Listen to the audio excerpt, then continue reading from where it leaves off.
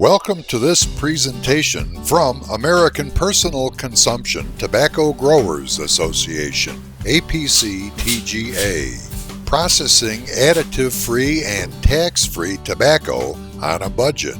What you're looking at is not baked chicken. These are tobacco leaves that are a bit too dry, so we must mist them to bring them to case so they can be easily handled and stemmed. Our work area consists of a cutting pad, which I purchased at Hobby Lobby for $15, and a razor knife, also purchased at Hobby Lobby for about $8. It is important for you to realize why you must do the processing of tobacco. In our question and answer section of our website, the first question asks, "Is this legal?" And there's also a link to a 3-page letter that we received from the United States Treasury Alcohol and Tobacco Tax and Trade Bureau, which states that the activities that we propose, that being the agricultural activities, do not trigger a permit requirement nor come under regulatory control. The manufacturer of cigarettes, which includes the processing of tobacco, is also exempt or accepted by the Treasury, provided it is done by the consumer, you. If we did any of the processing, that being the stemming or shredding or fermenting or flavoring or rolling of cigarettes, that would make us a processor or a manufacturer, triggering a permit requirement, which results in the taxes. So as long as the farmer does the agricultural end and the final product, that being a tobacco leaf, is shipped or picked up by you, then the processing and rolling of the cigarette has to also be done by you. What you are watching now is called stemming. It is the simple and necessary act of removing the large main stem from the middle of each leaf.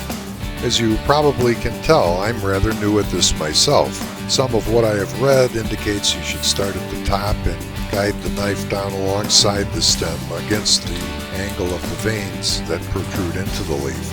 One way or another, it's simply cutting the stem out of each leaf.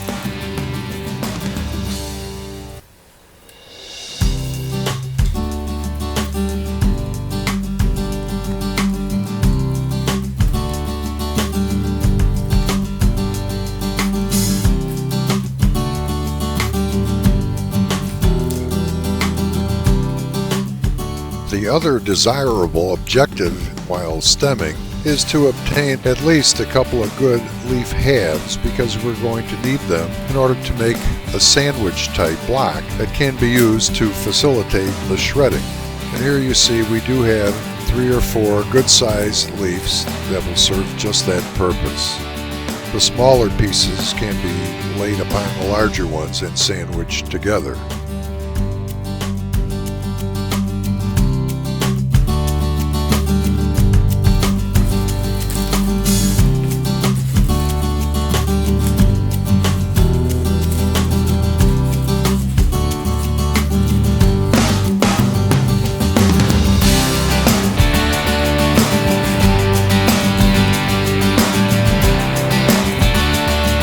Take the tobacco, which we have layered, beginning with the large leaf on the bottom, several other pieces on top of it, and then we simply fold it together and then compress the final sandwich type product using something of weight if needed to set it aside for it to take form.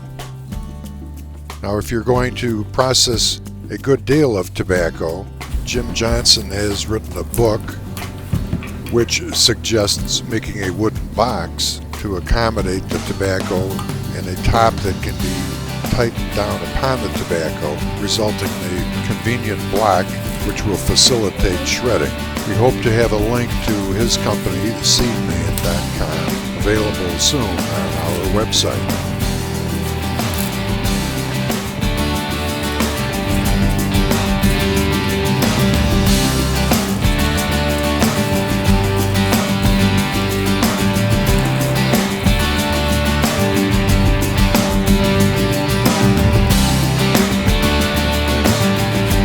Yes, that's right, a slap job.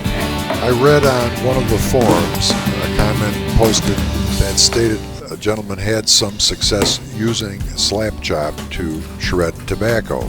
So we said, why not give it a try? The slap chop is a great deal less expensive than many of the shredders being presently marketed at various websites.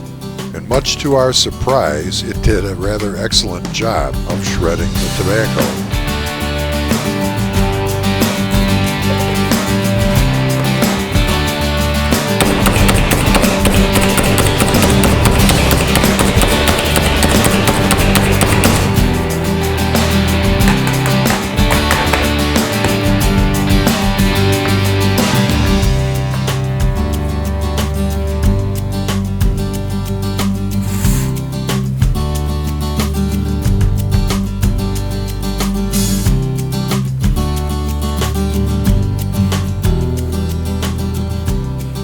Although this tobacco appears to be ready to be smoked, you must realize that it has not been fermented or flavored or aged. So if you do attempt to smoke it, you will be surprised. It is quite bitter and very strong. In part 2 of this presentation, we will deal with the fermenting and flavoring of tobacco, making it much more palatable and enjoyable. In the meantime, you may choose to mix some of this tobacco with any type of roll-your-own tobacco you are presently using. I would say 2 parts of the roll-your-own tobacco to 1 part of the recently processed tobacco that you just made, until you have obtained your desired blend and flavor of tobacco resulting from your grow-your-own crop.